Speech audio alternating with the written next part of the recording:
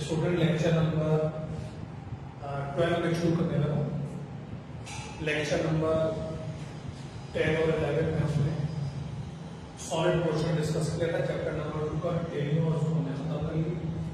अब हम chapter number 1 पे आ रहे हैं, जो मैंने आपसे बताया कि इसलिए आज इंपॉर्टेंट है कि जो मेजॉरिटी नुमेरिकल्स आपके एमसेट में मिलेंगे आपको और ई-कैट में भी, उसमें चैप्टर नंबर 1 का बड़ा इंपॉर्टेंट रोल है। ज्यादा नॉलेज इंटरवल से होते हैं। बाकी जो नुमेरिकल चैप्टर है उसमें बहुत बड़े बड़े नुमेरिकल होते हैं, तो आमतौर पे पेपर में इतना नहीं देखेंगे आप, और वो हम सीखेंगे जरूर। ऐसा नहीं कि वो सीखेंगे नहीं आप, पर वो कम कम पेपर में आते हैं। तो ये चैप्टर नंबर 1 में छोटे छोटे नुमेरिकल होते हैं, आसानी से हैंडल हो जाते हैं, तो ये आपको पेपर में ज्यादा देखेंगे। चैप्टर नंबर जो 1 है उसमें हमने 3 क्वेश्चन बनाए। चौथा भी है पर उसको क्वेश्चन नहीं बोलना चाहिए। एक क्वेश्चन हमारे बेसिक कॉन्सेप्ट्स का, जो कि मोल वगैरह सब पता चलेगा। एक हमारा एम्पिरिकल मॉलिक्यूलर का क्वेश्चन है, वो बड़ा अच्छा क्वेश्चन है पेपर के लिहाज से। एक हमारा स्टोइकोमेट्री का क्वेश्चन है, और आखिर में एक छोटा सा सिग्निफिकेंट फिगर्स का टॉपिक है, जो कि मैं आपको आमतौर पर खुद ही पढ़ने को बोलता हूँ, लेकिन बहरहाल हम जनरली डिस्कस तो करें। तो आज का जो हमारा लेक्चर है मेनली वो बेसिक कॉन्सेप्ट पे होगा। बेसिक कॉन्सेप्ट में जो पास पेपर देखे हैं उसके लिहाज से सबसे पहले मैं आपको एक चीज पढ़ाऊंगा। केमिस्ट्री डेफिनेशन वगैरह तो आप पढ़ते हैं। सबसे पहले जो चीज है वो जो पेपर में लिखी है वो है केमिकल एंड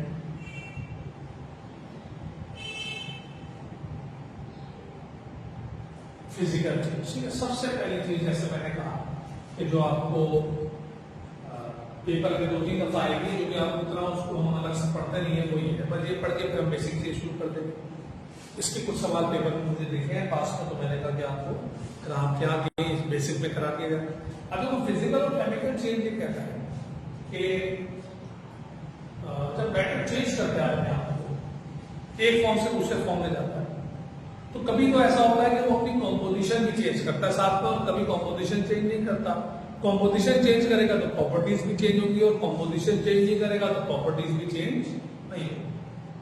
तो जहां पर भी आप ये बात नोट करेंगे, पेपर में सवाल का मुझे नहीं पता कैसा आएगा ना, कुछ भी हो सकता है, अपना जहन खोल के रखना है आपको कि जहां पर भी आप ये फील करेंगे चेंजिंग इस तरह की आ रही है जिसमें चेंजिंग दिख तो रही है, विजिबल है, उससे इनकार तो नहीं कर सकते आप, पर कॉम्पोजिशन और प्रॉपर्टीज में कोई फर्क नहीं पड़ता। स्टेट चेंज हो रहा है, कॉम्पोजिशन वही है, प्रॉपर्टीज वही, उसको आप बोलते हैं कौन सा change? Physical change. This is called physical change.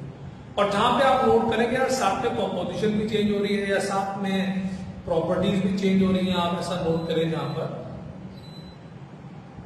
कि जहां पे प्रॉपर्टीज भी चेंज हो रही है और साथ में कॉम्पोजिशन, उसको आप बोलते हैं कौन सा चेंज? Chemical change. मिसाल के तौर पे अगर हम बर्निंग ऑफ वुड की एग्जांपल जो बहुत आती है, बर्निंग ऑफ वुड की एग्जांपल है, तो वुड जब जलता है तो वुड के जलने से कार्बन डाइऑक्साइड और नाइट्रोजन मोनोऑक्साइड डाइऑक्साइड अलग अलग गैसें बनती है। ये पहले नहीं थी, ये अब बन रही है, इसका मतलब है नई चीजें बन रही है। नई चीजें बनने का मतलब दिस इज केमिकल चेंज। इसके मुकाबले में अगर आप मिसाल के तौर पे मेल्टिंग ले लें, किसी भी चीज, किसी भी सॉलिड की मेल्टिंग ले लें, लास्ट में आपने पढ़ा तो मेल्टिंग में क्या होगा? सॉलिड से लिक्विड बन जाएगा, रहेगा तो भाई।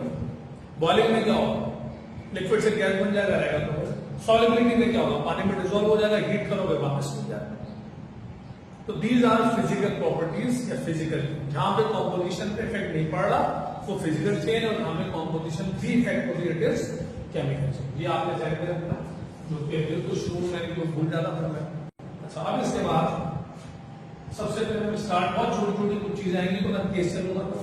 सबसे पहले हम शुरू करेंगे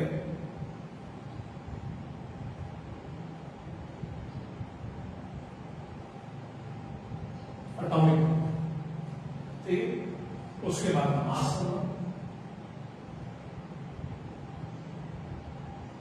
उसके बाद एटॉमिक मास,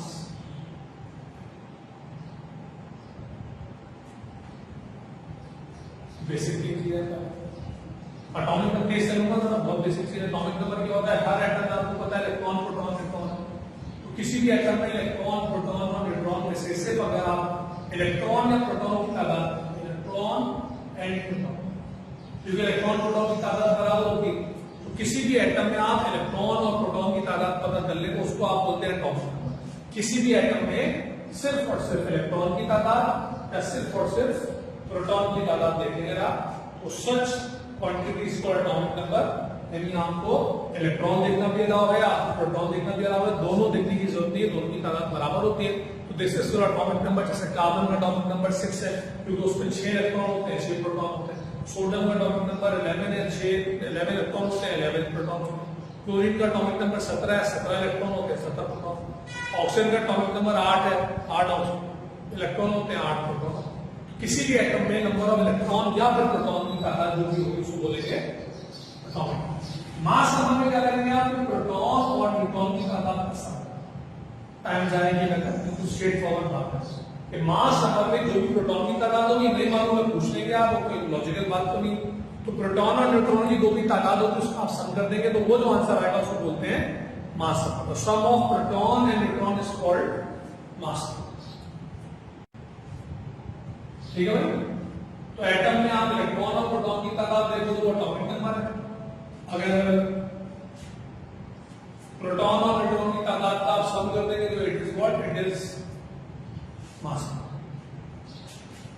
अक्सर लोग इन दोनों को सेम समझते हैं और एप्टीट्यूड लेवल पे क्लियर होना नॉर्मल लेक्चर में चल जाता है। Mathematically they are same. तो मैं अगर आप कर रहे होते हैं तो आप अक्सर मास नंबर को लिख देते हैं, एटॉमिक मास के तौर पे पता भी नहीं चलता, आपको सॉल्व भी कर लेते हैं। एप्टीट्यूड लेवल पे आपको क्लियर होना चाहिए कि एटॉमिक मास क्या है। एटॉमिक मास क्या है, खास डेफिनेशन है, यू हैव टू मेमोराइज। जो मैं बोलूंगा वो आप कर नहीं सकते, अगर ह्यूमन बीइंग पॉसिबल नहीं है। साइंटिस्ट की डेफिनेशन बनाइए। डेफिनेशन ये कहती है कि अगर आप कार्बन का एटम है, सुनने की बात 2-3 दफा मैं रिपीट करूंगा तो क्या जाहिर सी बात है, मुझे नहीं पता कि एक दफा मेरे भाई साहब कैसे कर ऑनलाइन लेक्चर। तो आप किसका एटम लेंगे, कार्बन का एटम। कार्बन के एटम के आप 12 इक्वल हिस्से करेंगे, 12 इक्वल पार्ट्स। खास तरीका याद करने का, याद करना पड़ेगा। जैसे मैं बोल रहा हूँ कार्बन का एटम लेंगे, उसके 12 इक्वल हिस्से करेंगे, उसको बोलते हैं 12 इक्वल पार्ट्स। लिखने के लिहाज से उसको लिखते हैं, अगर आप याद करें कभी लाइफ में देखो, उसको बोलते हैं 1/12। 1/12 1/12 का मतलब है कि 12 इक्वल हिस्से किए, उसमें से एक सिलेक्ट कर, क्योंकि सब एक जैसे तो कोई सब एक ले लिया।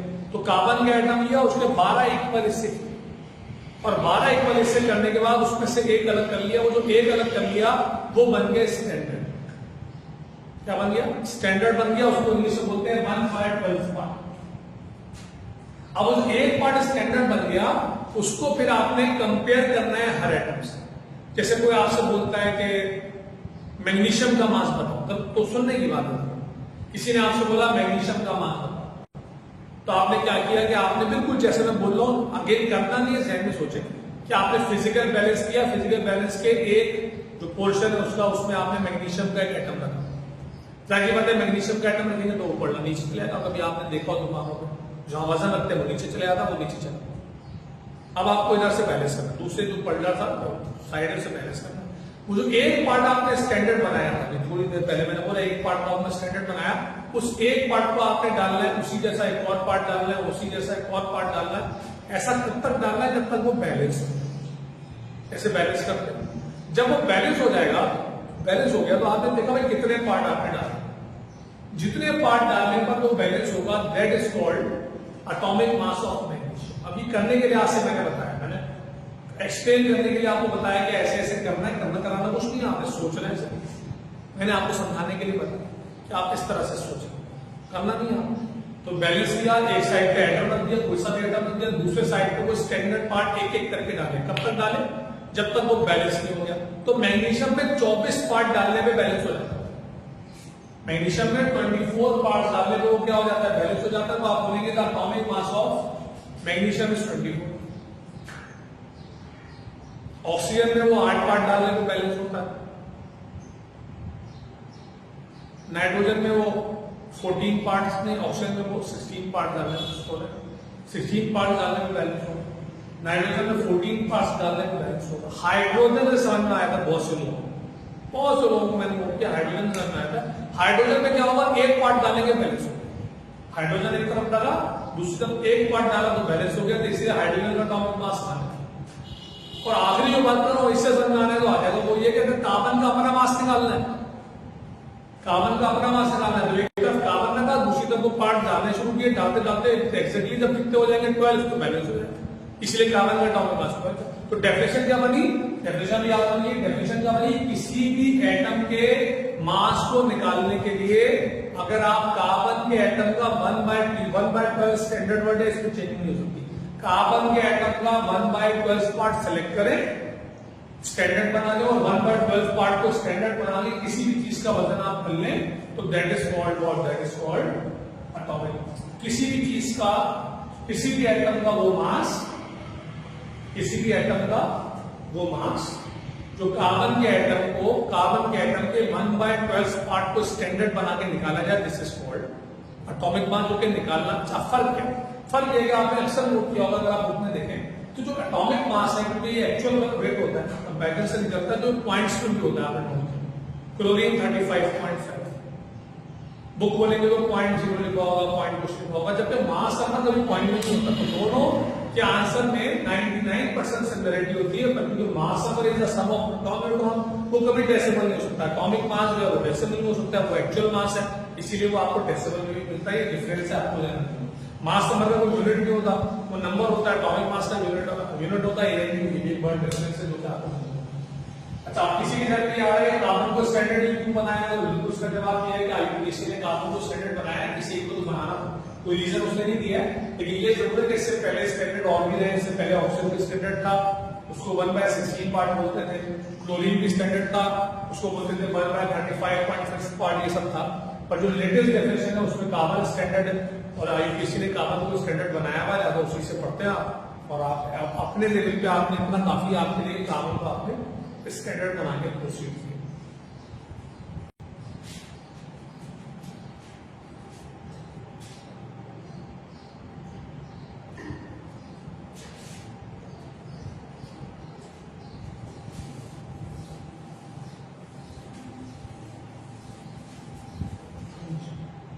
अच्छा, बात को आगे बढ़ाते हैं और हम पहुंचते हैं किसके ऊपर।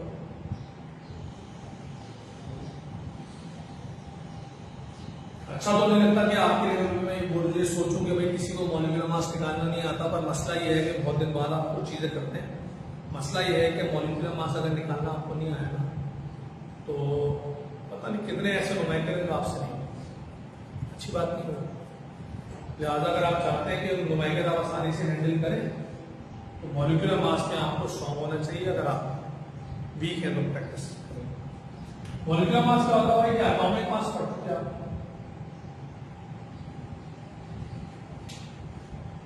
मॉलिक्यूलर का पढ़ सकते हैं मॉलिक्यूल। मॉलिक्यूल में क्या होता है? एटम्स। मॉलिक्यूल में क्या होता है? एटम्स। तो मॉलिक्यूल में जितने भी एटम हैं उनके एटॉमिक मासेस किताब से निकाल दो। आपका काम मालूम करना नहीं है, साइंटिस्ट नहीं है, किताब से निकाल।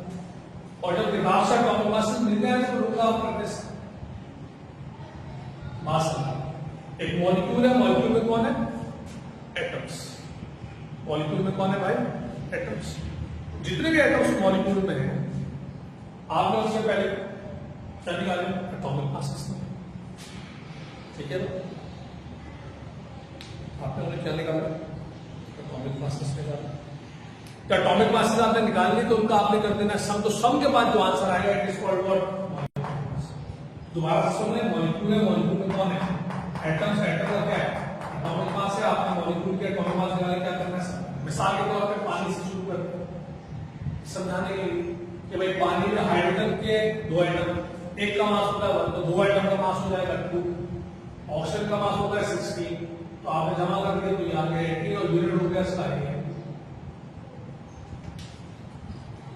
और एग्जाम्पल लिखते हैं, एग्जाम्पल जरूरी है भाई कि आपको आ जाए।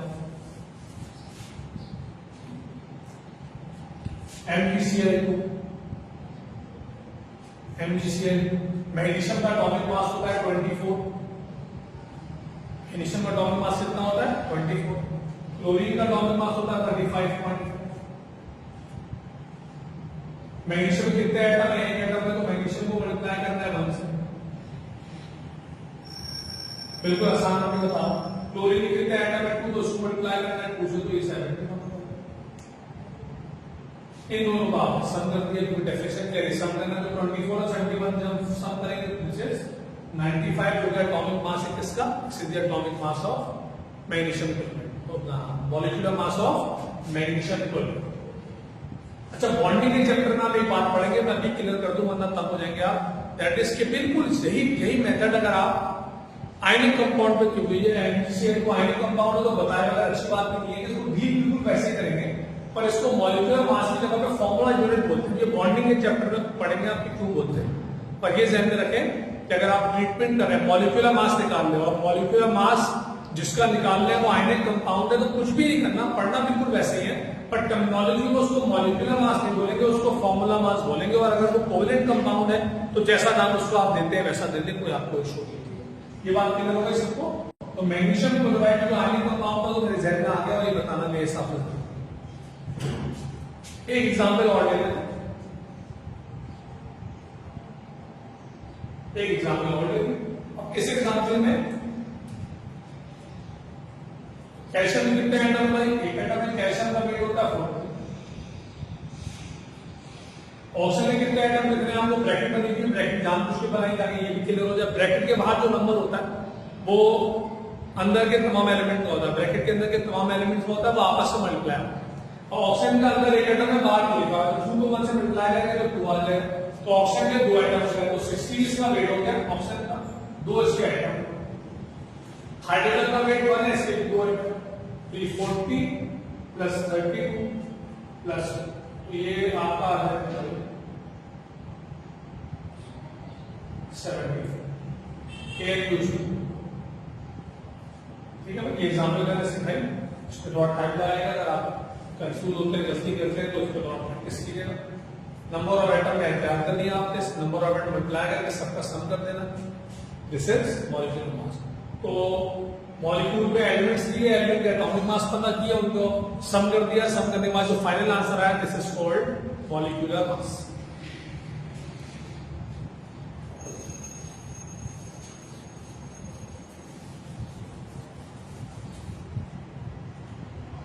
अब न्यूमेरिकल के पहले टॉपिक पे हम मूव कर रहे हैं।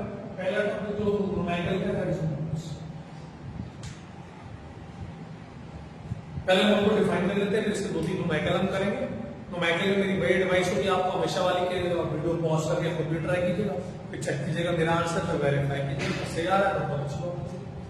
अच्छा, मेमोरी क्या होता है, अगर आपके पास कोई एलिमेंट है, कोई आयनिक कंपाउंड, कोई कोवेलेंट कंपाउंड,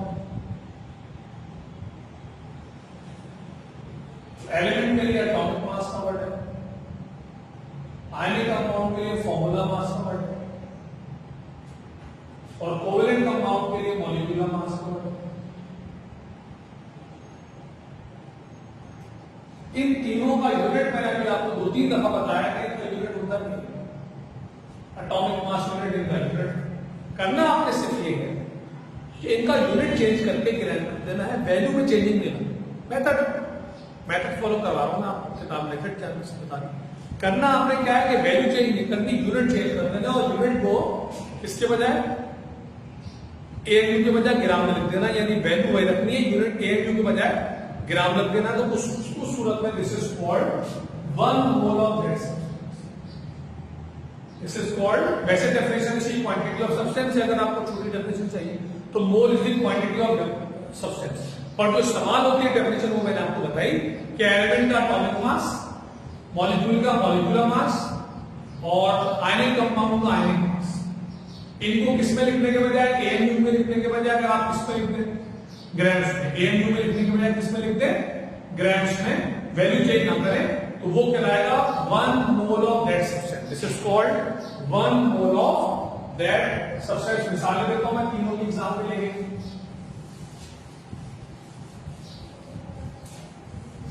मिसाल के तौर पर अगर मैं आपसे बोलूं कि atomic mass of carbon 12 AMU, या मैं आपसे बोलूं कि molecular mass of ammonia is 17 AMU, या मैं आपसे बोलूं कि formula mass of caustic soda is 48. समझ लो ना? क्लियर? एटॉमिक मास, मॉलिक्यूलर मास, फॉर्मूला मास। अगर मैं करूं क्या करूं कि मैं इनकी यूनिट चेंज करूं, वैल्यू चेंज ना, 10 दफा मैंने बताई, वैल्यू चेंज ना करें, यूनिट में AMU बिठाऊं और ग्राम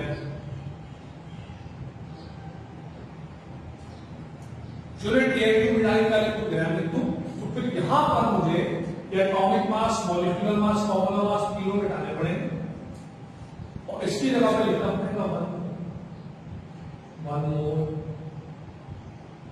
मोल। तो मैं कैसे पढ़ूंगा? 1 मोल ऑफ कार्बन, यहां पढ़ूंगा 1 मोल ऑफ अमोनिया, यहां पढ़ूंगा 1 mole of caustic soda. Value वही रहेगी, यूनिट AMU के बजाय क्या आ गई? ग्राम आ गई। तो दिस इज कॉल्ड 1 मोल। तो किसी भी सब्सटेंस के एटॉमिक मास, मॉलिक्यूलर मास या फॉर्मूला मास को किसमें लिखने के बजाय, AMU में लिखने के बजाय अगर आप किसमें लिख लोगे, हाँ भाई AMU में लिखने के बजाय किसमें लिख लोगे आप? ग्राम में। This is called 1 mole of that substance. Clear है? आप इम्पोर्टेंट लेक्चर में आप पॉज करके देख सकते हैं, एक आसानी। अच्छा, अब इसका फॉर्मूला देख लेते हैं।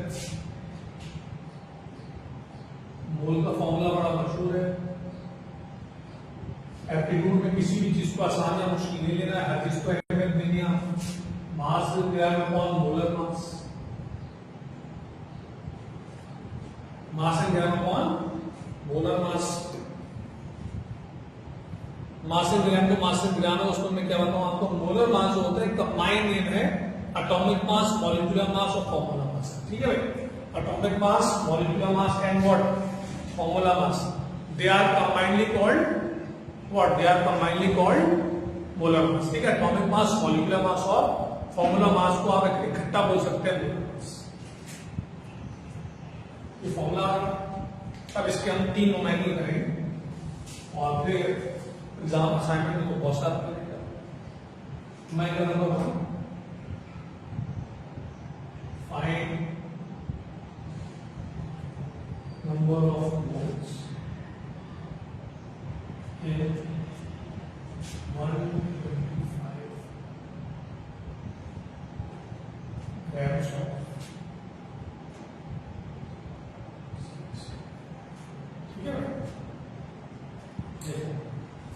अब एक डेटा शीट के तौर से आप निकल चुके हैं, मेच्योरिटी दिखानी है आपने, फॉर्मूला आपके पास है, सवाल दिख रहा है आपको और आपने मेच्योरिटी दिखाते हुए इसको सॉल्व करो। तो find the number of moles in 125 grams of calcium chloride. Formula लगाया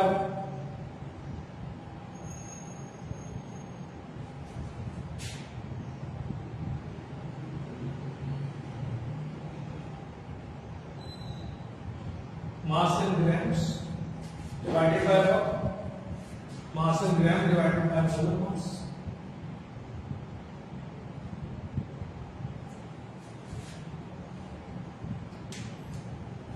मॉलिक्यूलर मास निकालना क्योंकि मैंने आपको सिखाया, तो आप देख से लो। कैल्शियम क्लोराइड और कैल्शियम का वेट 40, एक ही आइटम। क्लोरीन का वेट 35.5, दो आइटम तो दूसरा मिला कर दिया, which should be 40 plus 71, which is 1.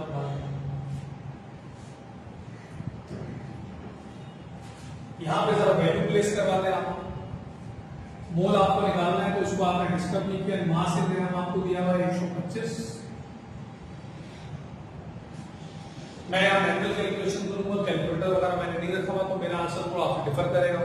आप कैलकुलेटर इस्तेमाल करेंगे तो आपका आंसर ज्यादा एक्यूरेट आएगा, तो वो आंसर थोड़ा डिफर करे तो परेशान मत होइएगा। तो मास इन ग्राम 125 आ गया, मोलर मास हमने कितना निकाला भाई? 111।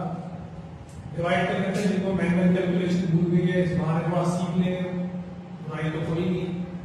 125 को 111 से डिवाइड किया, पहले 1 से किया तो 111 आया, इट इज 14 पॉइंट आया। फिर इसको 1 से किया तो ये 1, क्योंकि मुझे लेक्चर में टाइम बचाना होगा तो मैं आपको डेसिमल के बाद 1 डिजिट तक कराऊंगा। आप कैलकुलेटर से करेंगे तो वो पूरी कैलकुलेशन देगा आपको, इसीलिए मैंने कहा थोड़ा सा डिफरेंस आएगा। जो मैनुअल कैलकुलेशन की प्रैक्टिस करेंगे वो डेसिमल के बाद 2 डिजिट तक जाएगा, इससे आगे जाने की जरूरत नहीं है, वो ठीक है। पेपर में याद रखिए, मैंने आपको ये बात आज पहली दफा बता रहा हूँ कि न्यूमेरिकल का टॉपिक आज ही आया है कि अगर पेपर में न्यूमेरिकल आते हैं और कैलकुलेटर अलाउ नहीं होता, जुमला पूरी शॉर्ट सुन लीजिएगा वरना बहुत कंफ्यूज होते लोग। अगर पेपर में कैलकुलेटर न्यूमेरिकल आते हैं कैलकुलेटर के बगैर, तो एक तो कैलकुलेशन को आसान देंगे, कभी मुश्किल नहीं देंगे, पूरे क्वेश्चन को देखना होगा, नंबर 1। और नंबर 2 के जो आंसर होंगे उसमें गैप्स हो गए, यानी आंसर इस तरह होगा कि एक आएगा 1.4 तो दूसरा आएगा 2.4, तीसरा होगा 3.4, डिफरेंस होगा काफी ज्यादा। तो बिल्कुल ही जो कैलकुलेशन जिसको नहीं आती वो फंसेगा, वरना लोग फंसेंगे नहीं। और अगर कैलकुलेटर ना होगा तो फिर ठीक है, जो ऑप्शन होगा वो जरा क्लोज होगा कि 1.4 आ गया, 1.6 आ गया, 1.8 आ गया, ऐसा कब होगा जब कैलकुलेटर ना होगा। तो ये इस बात का वो भी ख्याल रखते हैं, लिहाजा आपको कोई परेशान होने की जरूरत नहीं। तो ये 1 पॉइंट का आंसर आ गया हमारा, this is number of mole हमने निकाल लिए कितने, 1.1 यूनिट हो गया इसका।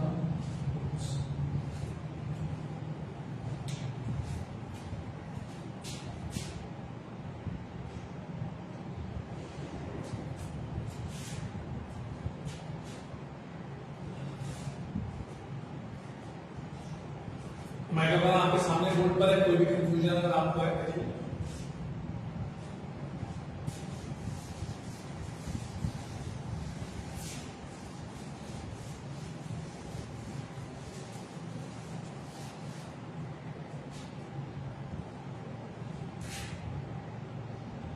माइकल नंबर को देख लेते हैं भाई। फाइंड मास ऑफ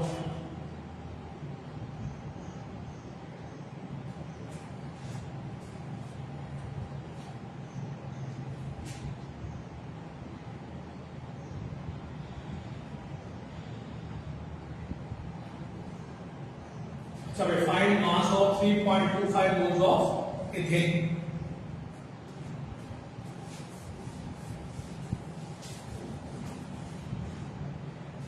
और जहन में क्या निकालना है आपको, मास आपको निकालना है, आपके सामने जहन में होना चाहिए। अब क्या आपको मोल्स दिए हैं, 3.25 मोल्स, मोल्स आपको दिए हैं। ethane का फॉर्मूला सबको आना चाहिए, C2H जानबूझ में फॉर्मूला नहीं लिखा, नाम लिखा है, थोड़ा सा थोड़ा सोचे आप। अगर आपको नहीं आ रहा फॉर्मूला तो आप पूरे टेंशन तो लें। सब मोल का फॉर्मूला है आपने, मोल किसके बराबर है, मास अपॉन मोलर मास।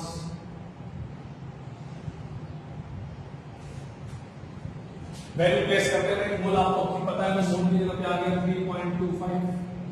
मास आपको अपनी निकालना है, तो मास ऐसे आ गया। मोलर मास यानी कि मॉलिक्यूलर मास होगा, और ethane का क्या होगा C2H6। तो मैं तो करता हूँ जुबान निकल ले, कार्बन का वेट होता है 12 और 2 एटम है, तो 12 को 2 से मल्टीप्लाई करेंगे तो 24 आ जाएगा। हाइड्रोजन के 6 एटम है तो 6 यहाँ से आ गया, तो 24 और 6 कितना हो गया, 30 यानी 30 हो गया।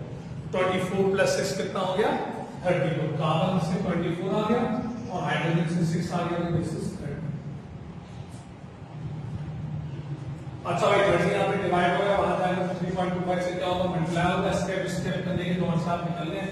मैं जरा समझाने के लिए कर रहा हूँ, तो मैं स्टेप्स कर रहा हूँ, आप डायरेक्ट भी कर सकते हैं। तो 3.25 मल्टीप्लाई का 30 यहाँ से आपका आंसर आ जाएगा, और ये मल्टीप्लाई कर लेते हैं। मैनुअल कैलकुलेशन जैसे मैंने कहा कि थोड़ी थोड़ी मैं सिखाऊंगा आपको, अभी बिल्कुल ब्लाइंड होकर ना रहेगा आपको। हमें मल्टीप्लाई करना है 3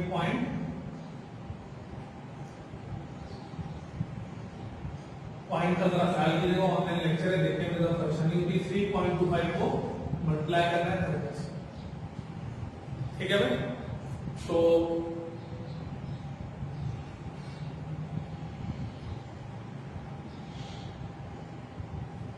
0 मल्टीप्लाई होगा 3 से तो 0 आ जाएगा। 3 5 से मल्टीप्लाई होगा तो 15 कैरी लगा, 3 टू द 6 और 7, 3 3 0 5 7, तो ये आ गया 9750। ठीक है, क्या आ गया 975। अच्छा मैं पॉइंट लगाना सिखाता हूँ भाई, जिनको को आता है अच्छी बात है, जिनको नहीं आता हर चीज सीखनी चाहिए, कभी काम ही आती है। पॉइंट लगाने का शुरू है कि 2 वैल्यूज जो आप मल्टीप्लाई कर रहे हैं, क्या बोला मैंने, 2 वैल्यूज जो आप मल्टीप्लाई कर रहे हैं उनमें डेसिमल के बाद कितने डिजिट है वो आप देख लें। ठीक है, डेसिमल के बाद कितने डिजिट है वो आप पता कर लें। मिसाल के तौर पर 3.25 में डेसिमल का 2 डिजिट है, जेब में रखें, और 30 में डेसिमल के बाद कोई डिजिट नहीं है, तो डेसिमल के बाद टोटल डिजिट होंगे 2। 3.25 पे 2 है, 30 में कोई भी नहीं है, तो टोटल जो डिजिट हो गए डेसिमल के बाद हो गए वो 2। तो जितने टोटल डिजिट हो डेसिमल के बाद उतना राइट साइड से आपने डिजिट छोड़ देना। तो डेसिमल के बाद कितने डिजिट है टोटल? 2। तो राइट साइड से 2 डिजिट आप छोड़ दें। तो राइट साइड से आप 2 डिजिट छोड़ेंगे तो इट शुड बी 97.50। क्या बन जाएगा? This is 97.50। ऐसा कब हुआ? जब आपने राइट साइड से 2 डिजिट क्या कर दिए, छोड़ दिए, तो आपका आंसर आ गया 97.50। क्लियर है भाई सबको? तो ये मोल का हमने न्यूमेरिकल नंबर 2 कर लिया, जिसमें हमने मास निकाल लिया और हमें क्या पता था? हमें मोल्स पता थे, हमने मास।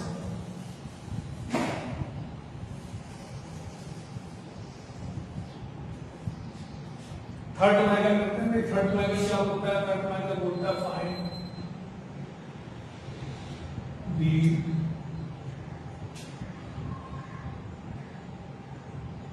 मोलर मास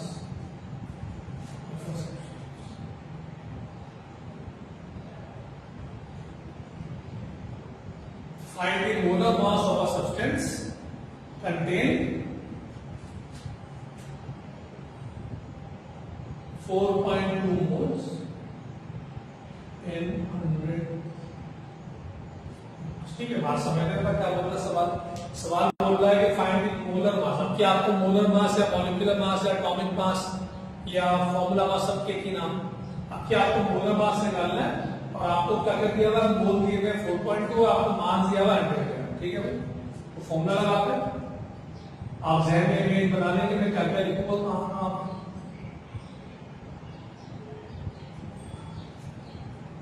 ठीक है भाई, फाइंड द मोलर मास निकालना है। मोल की जगह पे क्या आ गया भाई? 4.2 बोल दिया, मोल की जगह पे 4.2 आ गया। मास निकाल दिया 100, मास की जगह पे 100 आ गया मोलर मास में। और लोग क्या न्यूमेरिकल करते हैं सेकेंड ईयर फिजिक्स का, तो ये तो नहीं कि आप न्यूमेरिकल बिल्कुल ब्लाइंड है। केमिस्ट्री में भले सेकेंड ईयर में नहीं है न्यूमेरिकल। अब यहाँ क्रॉस मल्टीप्लाई याद रखें, जब भी अननोन चीज अपॉन के नीचे होती है तो हमेशा क्रॉस मल्टीप्लाई करते हैं। जब भी अननोन डिनोमिनेटर में होगा यानी कि अपॉन के नीचे होगा, हमेशा क्रॉस मल्टीप्लाई करेंगे, ताकि हम ऊपर चले जाए तो क्रॉस मल्टीप्लाई कर देते हैं। तो ये मॉलिक्यूलर मास वहां चला गया, तो 4.2 से क्या हो गया मल्टीप्लाई, और यहाँ आ गया। ठीक है, मोलर मास जब डिवाइड हो गया वहां जाके 4.2 से मल्टीप्लाई हो गया और 100 की जगह पर मोलर मास आपको निकालना है। 100 ऐसे का 4.2 यहां मल्टीप्लाई होगा, यहां आके हो गया। ठीक है भाई, 4.2 का मल्टीप्लाई हो रहा था, यहां पे क्या हो गया भाई? डिवाइड। अब ये डेसिमल का डिवीजन, जैसे मैंने कहा कि इतना खास क्वेश्चन कभी नहीं आया, आपके पास तो पास पेपर होंगे तो आप देखेंगे कि बिल्कुल माइनर कैलकुलेशन होती है, पर मेरा सीखना चाहिए एकदम। जैसे मैंने कहा आप बिल्कुल सीख के बगैर ना जाए। तो ये डेसिमल का डिवीजन सीखने, डेसिमल का डिवीजन का असूल ये है कि जब आप पॉइंट हटाते हैं, क्या हटाते हैं? पॉइंट अब हटाते हैं, तो पॉइंट के बाद जितने डिजिट होंगे उतने जीरो अदर वैल्यू में लग जाएंगे, यानी ऊपर वाली वैल्यू या नीचे वाली वैल्यू। आई रिपीट कि डेसिमल के बाद जितने क्या होंगे डिजिट, डेसिमल हटाने के बाद, डेसिमल हटाने के बाद की बात करो, डेसिमल हटाने के बाद, डेसिमल के बाद जितने डिजिट होंगे उतने जीरो अदर वैल्यू में आप लगाएंगे। जैसे मिसाल का तौर पर 4.2 में डेसिमल हटाया, अब 4.2 में डेसिमल हटाया तो ये 42 हो गया। ऐसा तब होगा जब मैनुअल कैलकुलेशन हुई, तो टोटल इन करने का आंसर। तो 4.2 में डेसिमल हटाया तो 42 हो गया। अब डेसिमल के बाद कितने डिजिट है भाई? डेसिमल के बाद एक डिजिट है, तो मैंने बोला डेसिमल के बाद जितने डिजिट हो उतने जीरो अदर वैल्यू में लगाएंगे। तो डेसिमल के बाद एक डिजिट है तो अदर वैल्यू मतलब दूसरी वैल्यू में एक जीरो लग जाएगा, तो ये बन जाएगा 100 से बन गया, एक जीरो लगा दिया। अब ये आसान सी कैलकुलेशन है। 1000 को आपको डिवाइड करना है, 1000 को आपको डिवाइड करना है, यहां करते हैं 1000 को आपको डिवाइड करना है 42 से। 2 से किया 84 आया, 3 से किया 126 आ गया, फाइव आया,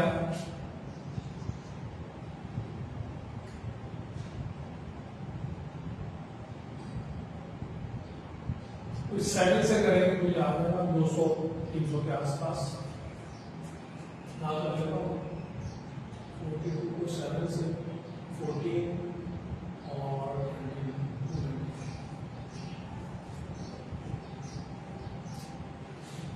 8 से करके 16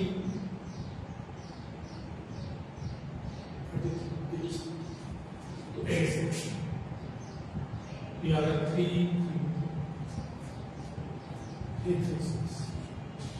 चलिए तो मेरे हिसाब से जो मैनुअल कैलकुलेशन मैंने की मेरा आंसर आ गया 23.8। आप कैलकुलेटर से कर चुके होंगे मुझसे पहले तो आपका आंसर और एक डाला हुआ 23.8 समथिंग आ रहा होगा तो वो भी सही है। तो आपकी तो ये न्यूमेरिकल हमने क्या देखा भाई कि हमें मोल पता थे, हमें मास पता था, मॉलिक्यूलर मास को हमने डिवाइड से मल्टीप्लाई में ले रहा है।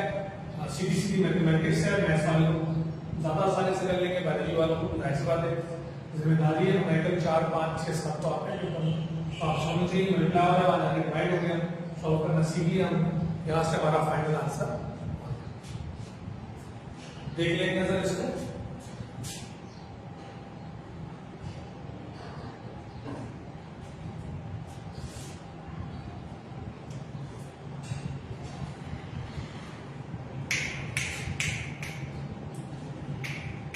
क्लियर हो गया होगा? चलिए अब आप प्रैक्टिस करेंगे मैट्रिक्स की बुक से।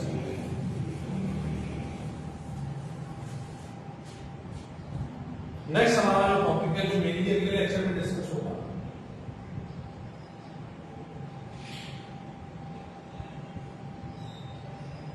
आज पढ़ते हैं अवोगाड्रोस नंबर। बड़ा फेमस सा टॉपिक है तो मैं इसके लिए आते पेपर में किसी भी चीज को हल्का नहीं लेना।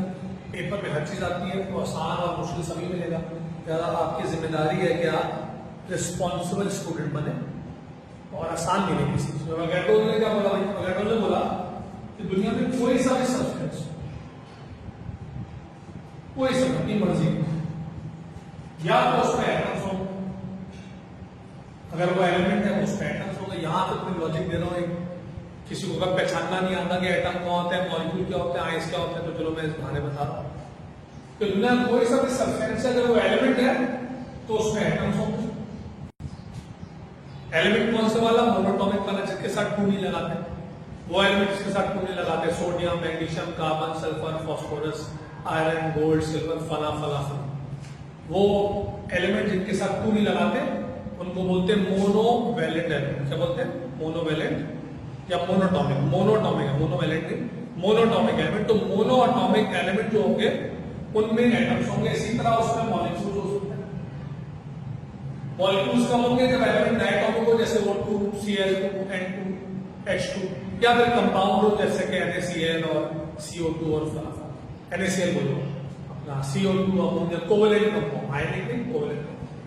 तो एलिमेंट अगर मोनोटॉमिक है तो उसमें एटम्स होंगे, एलिमेंट अगर डायटॉमिक है तो उसमें मॉलिक्यूल्स होंगे, अगर कोवैलेंट कंपाउंड है तो भी उसमें मॉलिक्यूल्स होंगे, और अगर वो आयनिक कंपाउंड है, अगर क्या है आयनिक कंपाउंड है तो उसमें आयंस। कितनी तरह की चीज होगी? दोनों में कितनी तरह की चीजें होगी? क्या बोलूंगा मैं जिनके से में आ रहा है? 4 एलिमेंट 2 तरह के, कंपाउंड 2 4। एलिमेंट कौन कौन से? मोनोटॉमिक और डायटॉमिक। मोनोटॉमिक में एटम होंगे, डायटॉमिक में मॉलिक्यूल। कंपाउंड कितनी तरह के? 2 तरह के, आयनिक और कोवैलेंट। कोवैलेंट होगा तो मॉलिक्यूल होंगे, आयनिक होगा तो क्या होंगे? आयंस होंगे। ठीक है, ये बात है। अब एवोगाड्रो कहता है, वापस टॉपिक पे आते हैं, खत्म करना है। एवोगाड्रो कहता है सब्सटेंस कोई सा भी हो, उसमें चाहे एटम हो, चाहे मॉलिक्यूल हो, चाहे आयंस हो, ये भी टेंशन नहीं है, लेकिन अगर उसके बाद मोल फिक्स करना, अगर उसके 1 मोल फिक्स कर दिए, वो बोलता भाई अगर उसके 1 मोल क्या कर दिए? फिक्स कर दिए, तो चाहे उसमें एटम हो, चाहे मॉलिक्यूल हो, चाहे आयन हो, इनकी तादाद होगी 6.02 10 की पावर 23 और ये फिक्स। This is fix. बिना कोई सा भी सब्सटेंस हो उससे अगर 1 मोल है तो चाहे उसमें एटम हो, चाहे मॉलिक्यूल्स हो, चाहे आयंस हो, तादाद होगी फिक्स, और ये फिक्स तादाद बड़ी मुश्किल है, शायद ही कोई स्टूडेंट ऐसा उसको जानता हो।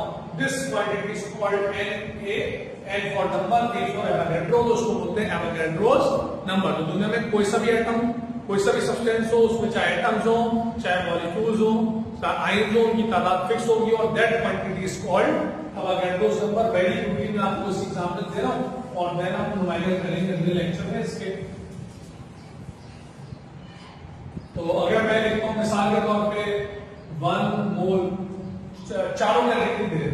चारों एग्जाम्पल में ताकि बात नहीं करूँ।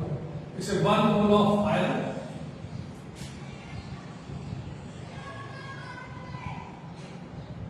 1 mole of iron, 1 mole of nitrogen, 1 mole of covalent compound में हम ले रहे हैं मीथेन, और 1 मोल ऑफ आयनिक कंपाउंड में हम ले लेते हैं मैग्नीशियम ऑक्साइड। तो चारों कैटेगरी आ गई, एलिमेंट आ गए, दोनों मोनोटॉमिक भी आ गए, डायटॉमिक भी आ गए, कंपाउंड भी दोनों आ गए, कोवेलेंट भी आ गया, आयनिक भी आ गया। आप नोट करें, नेचर कोई सा भी हो, आप 1 मोल फिक्स कर दिए, तो यहां पे हम देंगे 6.02 10 की पावर 23 और यहाँ आइटम्स है, यहां पर ये वैल्यू आएगी पर यहां मॉलिक्यूल्स है, यहां पर भी ये वैल्यू आएगी पर यहां पर भी मॉलिक्यूल्स है, समझ लो बात। और यहां पर भी वैल्यू बढ़ जाएगी एक बार, यहां पे क्या आएंगे, आयंस आएंगे। तो ये जो हमारे पास तादाद है फिक्स हो गई, this fixed quantity is called Avogadro number. तो सब्सटेंस कोई सा भी हो, चाहे एटम्स हो, मॉलिक्यूल्स हो या आयंस हो, अगर कितने मोल है भाई 1 मोल है, तो पार्टिकल की तादाद फिक्स है और that fixed quantity is called Avogadro's. चलो यहाँ लेक्चर पेपर 1 हमने कंप्लीट किया है। चैप्टर 1 का चैप्टर 1 में 4 लेक्चर होंगे। ओवरऑल ये मेरा लेक्चर नंबर 12 है जो मैं एंड कर रहा हूँ, और इसके बाद इंशाल्लाह अगले 3 लेक्चर और होंगे चैप्टर 1 के, जिसमें हम खत्म करेंगे। अगले वीक इस पे बात करेंगे अगले लेक्चर में। यहाँ तक क्लियर हो जाए कि आप सारी चीजें क्लियर है। इंशाल्लाह अगले लेक्चर में आपसे मुलाकात करेंगे। पढ़ाई कंटिन्यू रखें, ज्यादा पढ़ें, ज्यादा टाइम लगाएं पढ़ाई में, और ज्यादा जहन आपका इधर उधर डाइवर्ट भी नहीं होगा। और पढ़ाई पे क्योंकि आजकल हालात ऐसे चल रहे की चीजें इधर उधर ज्यादा सोचता हूँ, तो पढ़ाई में अपने पास रहेंगे तो चीजें भी ज्यादा, तो घर पे रहें और अपना ख्याल रखें।